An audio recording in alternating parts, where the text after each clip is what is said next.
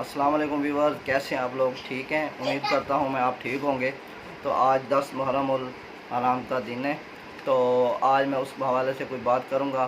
तो लोग सबील लगाते हैं, खाने तकसीम करते हैं। मैं रास्ते में आ रहा था तो एक आदमी ने सबील लगाई हुई थी। मेरे बच्चे जो थे उन्होंने कहा कि उनको तो रोज़ा था। एक छोटी बच्ची है वो कहती है मैं पानी नहीं पीती।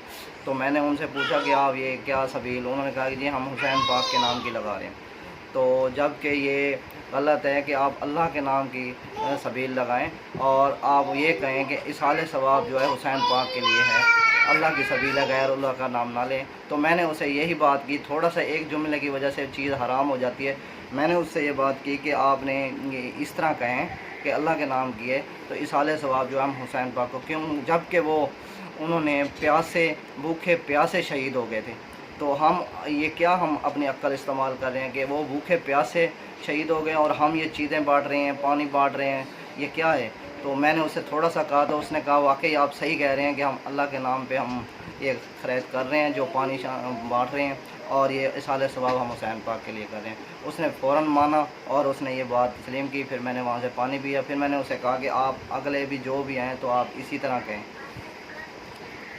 तो मैं आज आपको उसके बारे में थोड़ी सी, हुसैन पाक के बारे में थोड़ी सी बताऊंगा। तो शुरू करते हैं।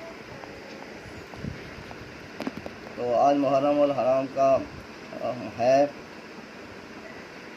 हर जगह गम और सोग है। मुझे एक बात समझ नहीं आ रही कि ये लोग इमाम हुसैन के नाम की सबील क्यों लगाते हैं, जबकि वो भूखे प्यासे शहीद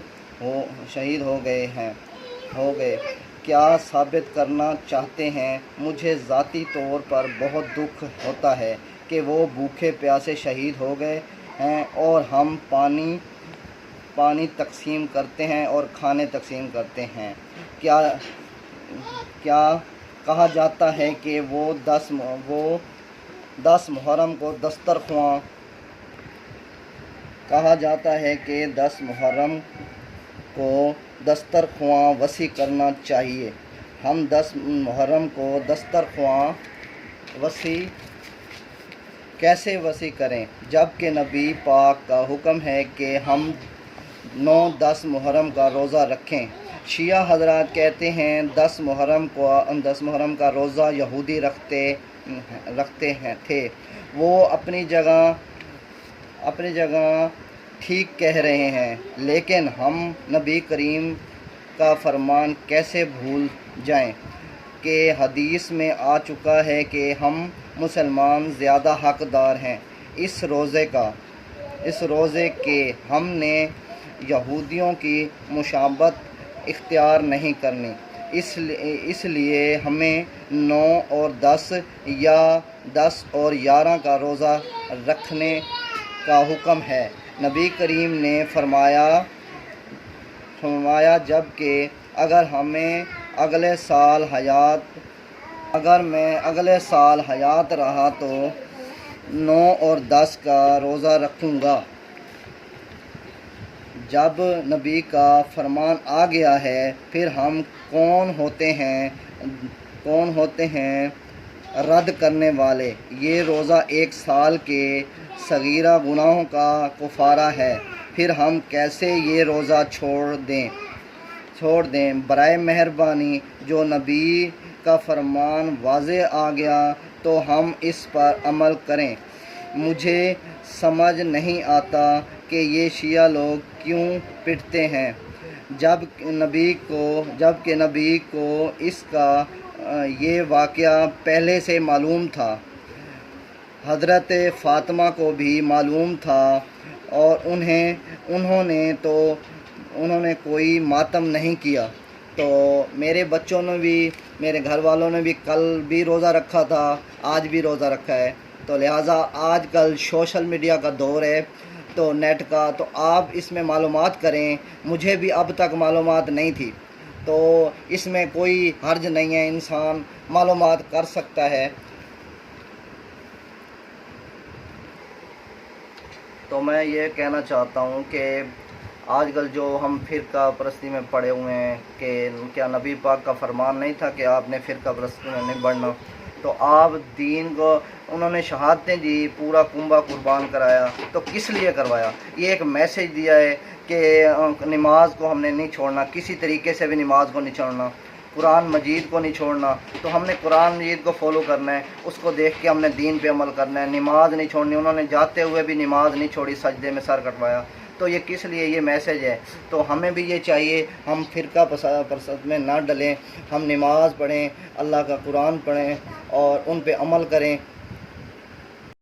تو یہ کلیئر ہو گیا کہ وہ حسین پاک جنت کے سردار تھے، تو اگر نماز نہ بھی پڑھتے تو وہ جنت کے سردار تھے، لیکن انہوں نے دین کو زندہ رکھا، ان کو قیامت تک یاد رکھا جائے گا۔ تو آپ بھی نماز ضرور پڑھیں کسی بھی حالات میں۔ ہم لوگ نماز نہیں پڑھتے، ہم ایک دوسرے کی باتیں کرتے ہیں، جی وہ یہ شیعہ یہ کر رہے ہیں، سنی یہ کر رہے ہیں، یہ چیز یہ ہو رہا ہے۔ اس کے بجائے کہ ہم یہ چھوڑ دیں، ہم نماز اور قرآن کو پڑھیں، اس کو اینڈ تک ہم نے نہیں چھوڑنا۔ کچھ بھی ہو جائے، کیسے بھی حالات آ جائیں، ہم نماز اور قرآن کو نہیں چھوڑیں گے۔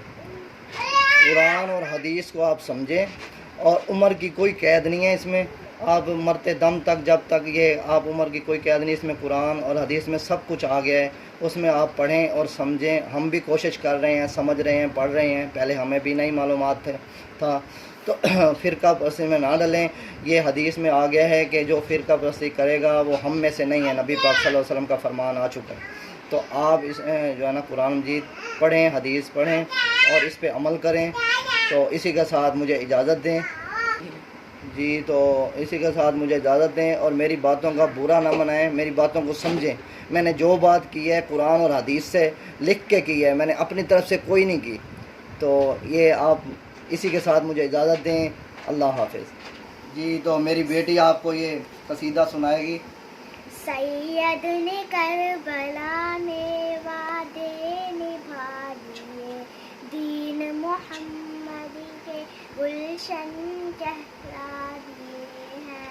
سید نے کربلا میں وعدے نبھا دیے، بولے حسین مولا تیری رضا کی خاطر، ایک ایک کر کے میں نے ہیرے لٹا دیے ہیں۔